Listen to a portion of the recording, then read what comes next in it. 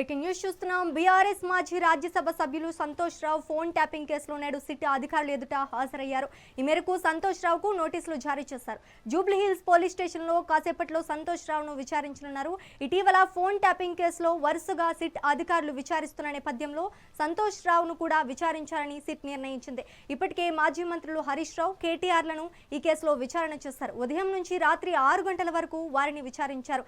నేడు సంతోష్ రావును సిట్ అధికారులు విచారించనున్నారు. ఫోన్ ట్యాపింగ్ కేసులో సంతోష్ రావు ప్రమేయం లేకుండా ఉందని కొందరు విచారణ సందర్భంగా వెల్లడించడంతోనే విచారణ చేస్తున్నామని సిట్ అధికారులు ఆఫ్ ది రికార్డ్ గా చెప్తున్నారు.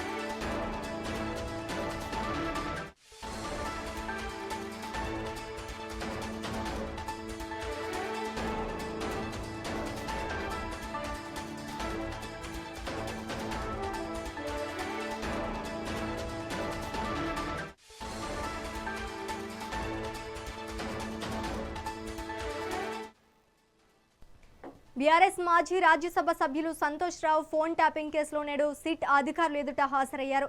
ఈ మేరకు సంతోష్ రావుకు నోటీసులు జారీ చేశారు. జూబ్లీహిల్స్ పోలీస్ స్టేషన్లో కాసేపట్లో సంతోష్ రావును విచారించనున్నారు.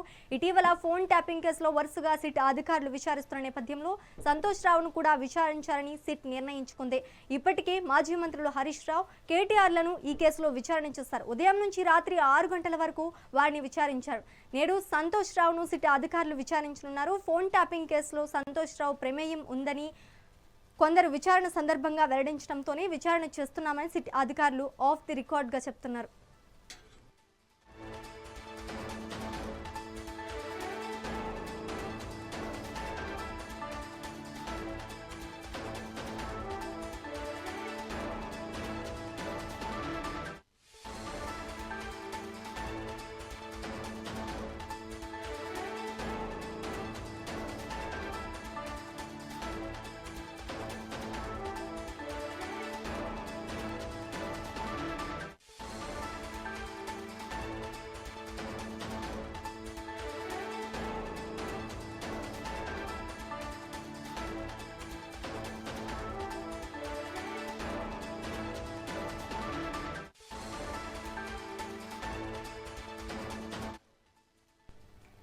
బీఆర్ఎస్ మాజీ రాజ్యసభ సభ్యులు సంతోష్ రావు ఫోన్ ట్యాపింగ్ కేసులో నేడు సిట్ అధికారులు ఎదుట హాజరయ్యారు. ఈ మేరకు సంతోష్ రావును నోటీసులు జారీ చేశారు. జూబ్లీహిల్స్ పోలీస్ స్టేషన్లో కాసేపట్లో సంతోష్ రావును విచారించనున్నారు.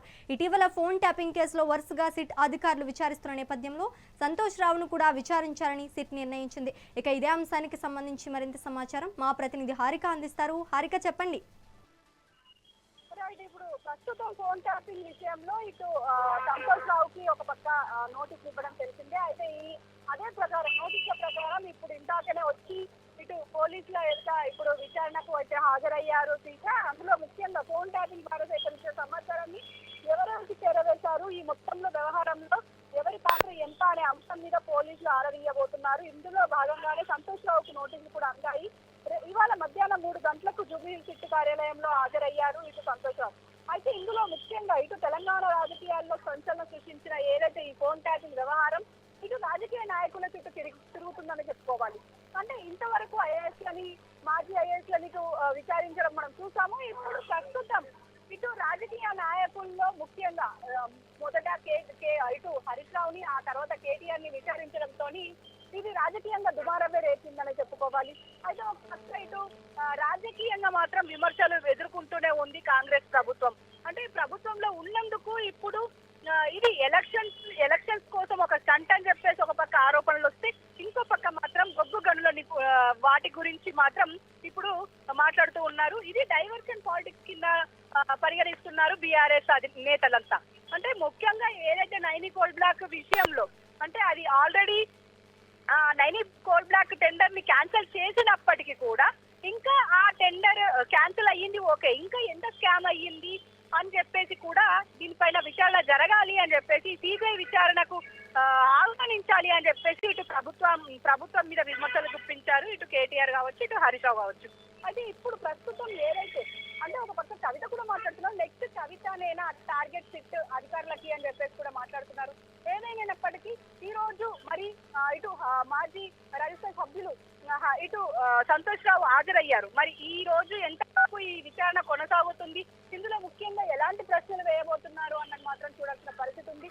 ఎందుకంటే అంటే ప్రభుత్వంలో ఉన్నప్పుడు బీఆర్ఎస్ ప్రభుత్వంలో ఉన్నప్పుడు ఈ ఫోన్ ట్యాపింగ్ వ్యవహారం ఇప్పుడు సంచలనంగా ఉంది.